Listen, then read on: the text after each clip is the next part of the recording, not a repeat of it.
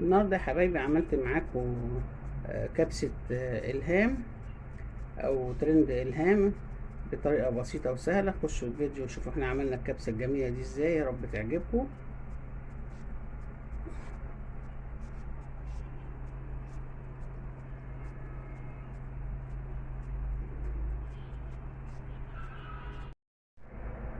السلام عليكم، ازيكم حبايبي، عاملين ايه؟ ان شاء الله يا حبايبي هعمل معاكم النهارده ترند إلهام اللي هو الكبسة بطريقتها. بس انا مش هعملها على حاجة طازة، انا عندي كباب حلة كنت عاملاه وفضل لحمة زي ما انتم شايفينها كده. هي اصلا الترند بتاع إلهام ده بتاع الكبسة بتاعتها دي بيتعمل الكبسة بطريقة غير الطريقة اللي هي بتاعتهم في السعودية الأصلية. الطريقة العادية طبعا انتوا عارفينها انها بتعمل بصل وطماطم والفراخ أو لحمة، بتحط كله كده مع بعض ويستوي، وبعد كده بيرفعوا المرق ويحطوا الرز. أما بقى ترند إلهام فبتفضل تحمر في البصل لحد ما يغمق باللون ده. فاحنا طبيعي لما بنيجي نعمل الكباب الحلة انا من النوع اللي بخلي البصل يوصل للكرملة اللي هو لونه البني ده مع اللحمة. فانا يكون عندي كباب حلة باقي منه جزء كبير، فقلت اعمل كبسة الترند بتاعت إلهام دي. انا اول مرة اعملها، بس دي ارزاق كل واحد بياخد رزقه. ترند على ايه مش عارفة. هي كبسة بس بدل ما بنعملها رز البصل فاتح، لا هنا الرز يعتبر متحمص قوي. انا بحط عليها معلقة صلصة، هي طبعا ما كانش فيها طماطم خالص. بحط عليها معلقة صلصة وطماطمية متقشرة ومتقطعة. واصلا الكباب حلة كان فيه اصلا قطع من الفلفل، فمش هنحط فلفل. كل اللي هنعمله ان احنا ادي الكباب حلة هو البايت عندي. حطيت عليه طماطمايه وحطيت عليه معلقه صلصه، وهنحط عليه بقى ميه مغليه. هنحط يا حبايبي عليها ميه مغليه. طبعا الرز البسمتي بيحب الميه كتير. بس اولع بقى عليها. وعندي بهارات خلطة الكبسة، هي فيها بهارات حلوة وكل حاجة، بس احنا هنحط ايه حبة من بهارات الكبسة اللي موجودة عندي.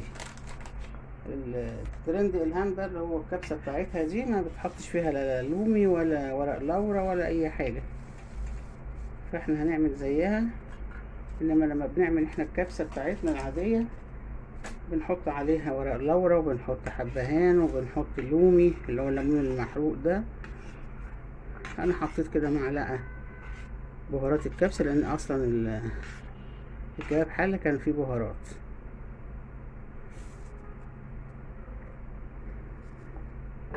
فهبدأ بقى اجيب الرز. انا غسلت الرز وهصفيه اهو. الرز البسمتي ممكن تنقعيه وممكن متنقعوش. ده الرز البسمتي اهو. انا بعمل بس حوالي ربع كيلو على كمية الكباب حلة اللي عندي. انت بقى عندك بواقي فراخ بواقي لحمة ممكن تعمليها، مش شرط يعني تجيبي لها حاجة مخصوص. حاولي تحبي تعمليها تجيبي لها حاجة، جيبي اللي انت عاوزاه، جيبي فراخ جيبي لحمة، بس اهم شيء انك انت تسلقي الفراخ او اللحمة، وبعد كده تفضلي تحمري في البصلة لحد ما تغمق وتحطي عليها اللحمة او الفراخ. هي دي كبسة إلهام اللي هي الترند ما شاء الله، عقبالنا يا رب يبقى ترند كده زي إلهام وغيرها. لازم يا حبايبي الكبسة عامة لازم الرز البسمتي يبقى المية مضاعفة، مش زي الرز بتاعنا المصري. كمان كبسة إلهام دي ليها طريقة غير التانية، لازم تكون طرية، يعني لازم المرق بتاعها يكون أكتر من المعتاد شوية عشان لما تيجي تغرفيها تبقى طرية. مع ان احنا ما بنحبش الرز اللي فيه صوص، بس هنجرب النهارده. انا اول مره اعملها. اللي شجعني ان انا كان عندي بواقي الكباب الحله، وهو هيديني الشيء اللي احنا عاوزينه ده. هنشوف بس الملح مظبوط ولا لا. يعني الملح مظبوط، مش هزود ملح ولا حاجة. بصوا المية بتاعتها مرقها اكتر من المعتاد، يعني مش زي كمان زي الرز البسمتي العادي، لا ده اكتر كمان شوية. هنغطيها بقى ونسيبها لما تخش في السوا ونقلبها. زي ما انتم شايفين يا حبايبي بدأت تغلي، فلازم احرك الرز عشان ياخد كله سوا واحد مع بعضه مع الايه، مع الغلي كده. بص اللون بتاعها، هو ده اللون بتاع ترند ليلى، لازم يكون كده بني على احمر او بني محمر بمعنى اصح. هستنى بقى عليها شوية لما تشرب شوية من الصوص ونوطي عليها.